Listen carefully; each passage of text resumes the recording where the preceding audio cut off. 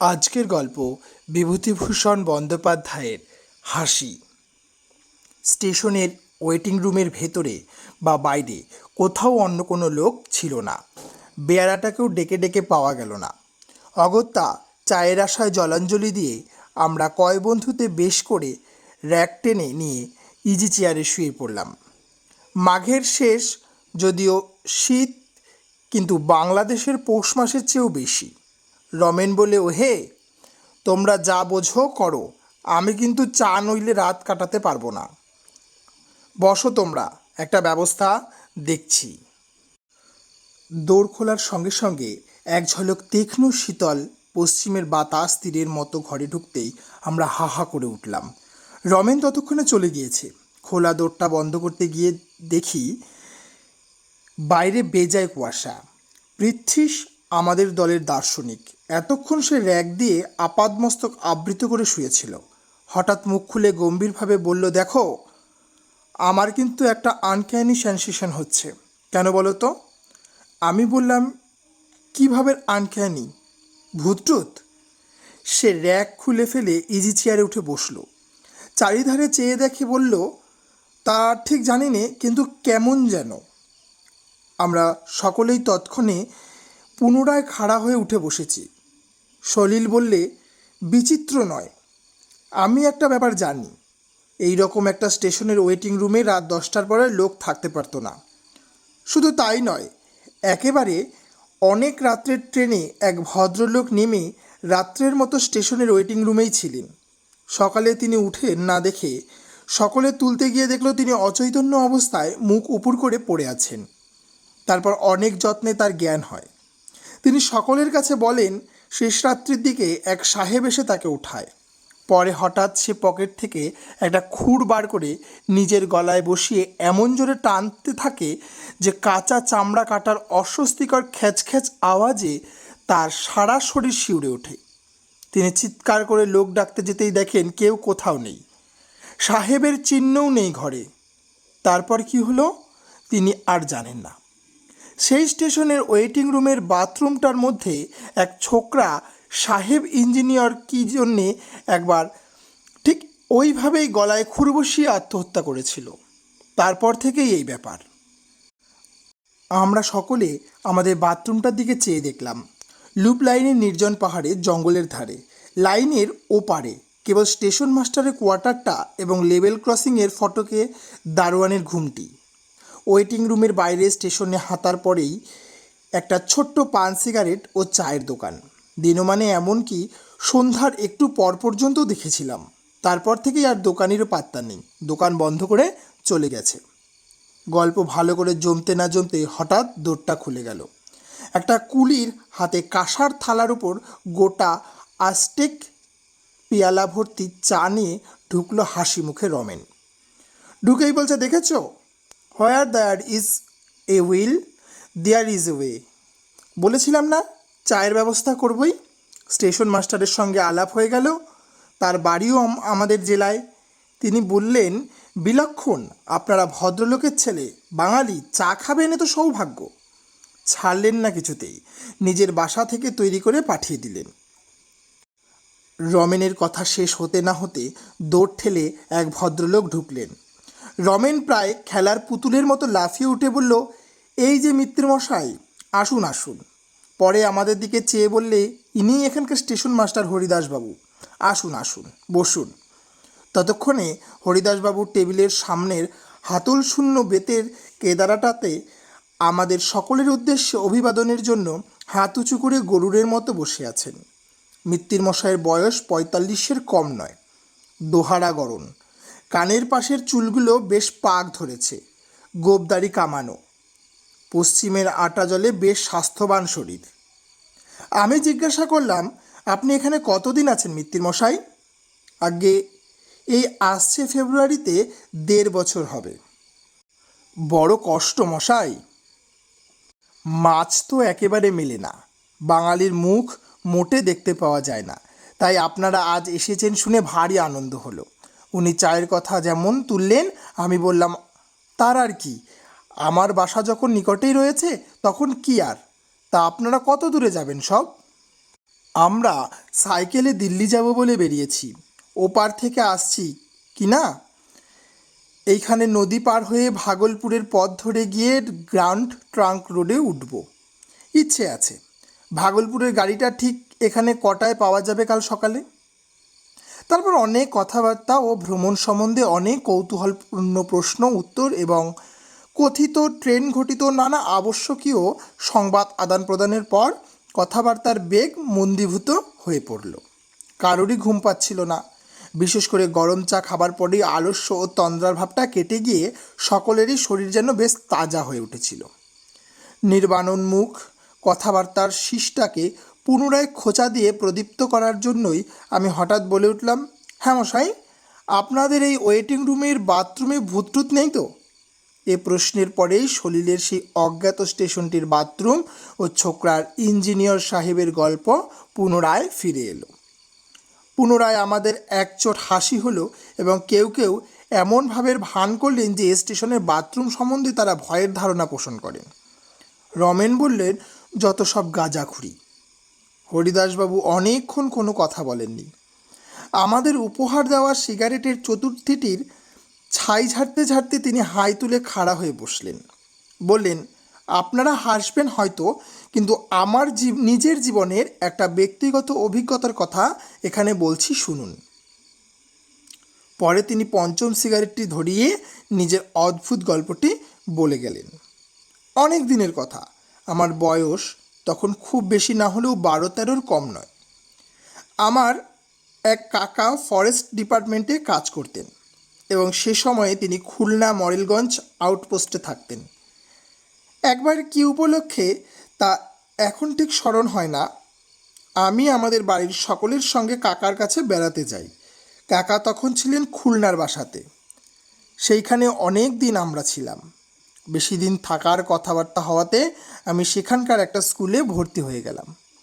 আমরা পুজোর পর্বটাতেই সেবার খুলনা যাই। কয়েক মাস পরবার পরে গ্রীষ্মের ছুটি হলো প্রায় 1 মাসের উপর।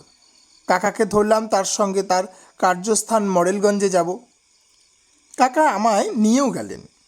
সেই সময়টা মোম মধুর সংগ্রাহকদের লাইসেন্স নতুন করে করবার সময়। কেউ ফাঁকি দিয়ে পুরানো লাইসেন্স বলে জঙ্গলে মোম ও মধু সংগ্রহ করে কিনা পাহারা দেবার জন্য ফরেস্ট ডিপার্টমেন্টের বোট ও স্টিম লঞ্চ সব সময় সুন্দরবনের নদী, খাড়ি ও খালের মধ্যে ঘুরে ঘুরে পাহারা দিত। কতবার আমি কাকার সঙ্গে এই সরকারি বোটে সুন্দরবনের মধ্যে বেড়াতে গিয়েছি। আমার মনে এই সুন্দরবনের একটা অপূর্ব স্বপ্নছবি মুদ্রিত আছে। তখন আমি ছেলে মানুষ, সবে 13, শহর থেকে গিয়েছি। সুন্দরবনের অপূর্ব বন্য সৌন্দর্য এই 1 মাসের প্রতিদিন আমার ক্ষুধার্ত ব্যগ্র বালক মনে কি আনন্দের বার্তা বয়ে আনতো তা আমি মুখে আপনাদের বোঝাতে পারবো না। আর কখনো সে দেশে যাইনি। অনেক দিনের কথা হলেও এখনও মাঝে মাঝে সুন্দরবনের, বিশেষ করে জ্যোৎস্না ওঠা সুন্দরবনের ছবি, অপরিসর খালের সটির জঙ্গলে ভরা ঢালু পাড়, নতুন পাতা ওঠা গাব গাছের ও বন্য গোল গাছের সারি, খাড়ির মুখে জোয়ারের শব্দ, যখনই মনে হয় একটা জিনিসের জন্য বেদনায় এই বয়সেও মনটা কেমন যেন করে ওঠে। সেদিনের কথাটা আমার বেশ মনে আছে। সুন্দরবনের সেই অংশটা তখন জরিপ হচ্ছিল। তাদের একটা বড় লঞ্চ বড় গাঙের মাঝখানে বাঁধা থাকতো। দুপুরবেলা সেদিন এই লঞ্চটাতে আমাদের নিমন্ত্রণ ছিল 4-5 জন। আমিন, একজন কানুনগো, একজন কেরানি, সবাই বাঙালি, সব শুদ্ধ 7-8 জন লোক লঞ্চটাতে। খাওয়া দাওয়াটা খুব গুরুতর রকমের হলো। তারপর একটু গান বাজনাও হলো। বেলা পড়ে গেল। সেখান থেকে বিদায় নিয়ে আমাদের বজরাটা ছাড়লাম। ক্রমে রাত হলো, জ্যোৎস্না হলো। খালের দুধারে নতুন পাতা ওঠা বনের মাথাটা জ্যোৎস্নায় চিকচিক করছিল। দূর থেকে নৈশ পাখির 2-একটা অদ্ভুত রকমের ডাক কানেও আসছিল। জোয়ারের জলে মগ্ন গোল গাছের আন্ত শাখাগুলো ভাটার পরে একটু একটু করে জল থেকে জেগে উঠতে লাগলো। বাঘের উপদ্রবের ভয়ে সবসময় আমাদের বজরাতে 2 জন বন্দুকধারী সিপাই থাকতো। তারা বজরার ওধারের তোলা উনুনে রান্না চাপিয়ে দিল। রাতটা বড় গরম, গুমুট ধরনের। গাছের পাতাটি পর্যন্ত নড়ছিল না। চারিদিকে একটা নীরব থমথমে ভাব। ছইয়ের ভেতরে থাকবার উপায় নেই। বজরার ছাতে তক্তার পাটাতনের ওপর এসব গ্রীষ্মের রাতে শুয়ে থাকতে খুব আরাম বটে, কিন্তু অপরিসর খালের দুধারে ঘন বন থেকে বাঘ লাফিয়ে পড়বার ভয়ে সেখানে থাকবার জো ছিল না। ছইয়ের মধ্যে বসে কাকা ও বিনোদবাবু দাবা খেলছিলেন। ছইয়ের ঘুলঘুলিগুলো সব খোলা। আমি নিকটে বসে বই পড়ছি। খেলতে খেলতে রাত হয়ে গেল 10টার বেশি। সিপাহীদের রান্নাও হয়ে গেল। কাকা কি একটা কঠিন চাল সামলাবার কথা এক মনে ভাবছেন। আমি মিটমিটে আলোতে আখ্যান মঞ্জুরি পড়ছি। বিনোদবাবু ও খেলোয়াড়কে সমস্যার ফেলবার আত্মপ্রাসাদের তাকিয়া ঠেস দিয়া ঘুলঘুলির বাইরে ভাটার টান ধরা জলের দিকে চেয়ে আছেন। দীর্ঘ বন, গাছের ছায়া পড়েছে জলের উপর। এমন সময় একটা ব্যাপার ঘটল। সামনের ঘন বনের মধ্যে অনেকটা দূর থেকে একটা উচ্চ সুস্পষ্ট কর্কশ অট্টহাসির রব উঠল। অবিকল মানুষের গলার আওয়াজের মতো মনে হলো যেন একটা অমানসিক অস্বাভাবিক স্বর। আমরা কিছু ভাববার পূর্বেই সেই রকমই আরেকবার এবং তারপর আবার। হাসির শব্দটা এত উচ্চ ও তীক্ষ্ণ যে মনে হলো বনের গাছগুলো কেঁপে কেঁপে উঠছে, মাটি যেন কাঁপছে, বোটটা যেন দুলছে। সিপাহীরা তাড়াতাড়ি খাওয়া ছেড়ে উঠে এলো। কাকা, বিনোদবাবু, আমি সকলেই ছইয়ের বাইরে গেলাম। গাছপালা ছবির মতো দাঁড়িয়ে আছে। কোথাও হাওয়া নেই, পাতাটি পর্যন্ত নড়ে না। সুমুখে জ্যোৎস্নার রাতের চাঁদ বন গাছের আড়ালে ঢলে পড়েছে। বিনোদবাবু বললেন, কি মশাই, রামবাবু, ব্যাপারটা কি? মাঝিরা ভারী ভয় পেয়ে গিয়েছে। তারা বজরার মাস্তুলের তলায় গোল হয়ে দাঁড়িয়ে একদৃষ্টে বনের দিকে চেয়ে আছে। আমরা সকলে ছইয়ের মধ্যে ঢুকতে যাচ্ছি, এমন সময় আবার সেই হাসির শব্দটা উঠল। শব্দটা এত ক্রূর ও মর্মস্পর্শী যে আমাদের সকলের গায়ে কাঁটা দিয়ে উঠল। মাঝিরা দুই কানে হাত দিয়ে বলে উঠল। এদিকে কাকা ও বিনোদবাবু ছইয়ের মধ্যে পরস্পরের মুখ চাওয়াচাওয়ি করল। কাকা বললেন, কি মশাই, হায় না নাকি? কিন্তু তার মুখ দেখেও গলার সুরে মনে হলো তিনি কথাটা নিজেই বিশ্বাস করেন না। তারপর পরামর্শ হলো নৌকাটা সেখান থেকে সরানো যায় কিনা, কিন্তু ভাটার টান এত বেশি যে বড় গাঙের টান ঠেলে এত রাত্রে কোনো মতেই অত ভারী বজরাটা উজানে নেওয়া চলে না। অগত্যা সেখানেই রাত কাটাতে হলো। সবাই জেগে রইল, কারুর চোখে ঘুম এলো না সে রাত্রে। শেষ রাত্রে আর একবার শব্দটা শুনলাম। বনভূমি তখন নিস্তব্ধ। চাঁদ ডুবে গিয়ে নদী, আকাশ, বন সব অন্ধকারে একাকার। আমার চোখে ঘুম এসেছে। এমন সময় অন্ধকার ভরা গভীর বনভূমির দিক থেকে আর একবার সে বিকট হাসির রোল উঠল। শেষ রাত্রের চাঁদ ডোবা অন্ধকারে সেটা এত অমানসিক, এত পৈশাচিক ঠেকলো যে তখন আমার বালক বয়স হলেও হাসিটার প্রকৃত রূপ বুঝে বুকের রক্ত যেন হিম হয়ে গেল। সকালে জোয়ারের মুখে বজরা ছেড়ে আমরা দুপুরের সময় স্টিম লঞ্চে ফিরে এলাম। সেখানে সব কথা শুনে প্রধান সারেং খালাসিদের মধ্যে কেউ কেউ বললে ওই শব্দটার আগেও তারা শুনেছে, তবে স্থানটা বড় গভীর বনের মধ্যে বলে সে দিকটায় লোক চলাচল খুব কম। শোনা গেল ওই বনের মধ্যে নাকি অনেক দূর গেলে প্রাচীনকালের ঘরবাড়ির চিহ্ন পাওয়া যায়। জঙ্গলের মধ্যে শ্রেণীবদ্ধ বৃদ্ধ বকুল গাছের সারি দেখে মনে হয় কোনো সময়ে সেই স্থানে লোকের বাস ছিল।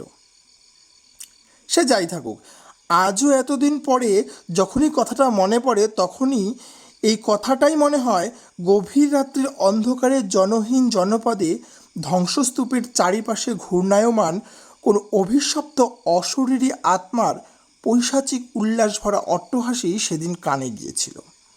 তাই হাসির রোলটা যখনই মনে আসে আজও এতকাল পরে যেন সারা শরীর শিউরে ওঠে। তো বন্ধুরা, গল্পটি শোনার জন্য আপনাকে অনেক ধন্যবাদ। যদি গল্পটি আপনার ভালো লেগে থাকে তাহলে লাইক বাটনে ক্লিক করে আপনার ভালো লাগার ছাপ রাখুন আর কমেন্টে জানান আপনার গল্পটি কেমন লাগলো। আর এখনও যদি সাবস্ক্রাইব না করে থাকেন তাহলে সাবস্ক্রাইব বাটনে ক্লিক করুন আর গল্পটি বন্ধুদের কাছে শেয়ার করতে ভুলবেন না। ধন্যবাদ।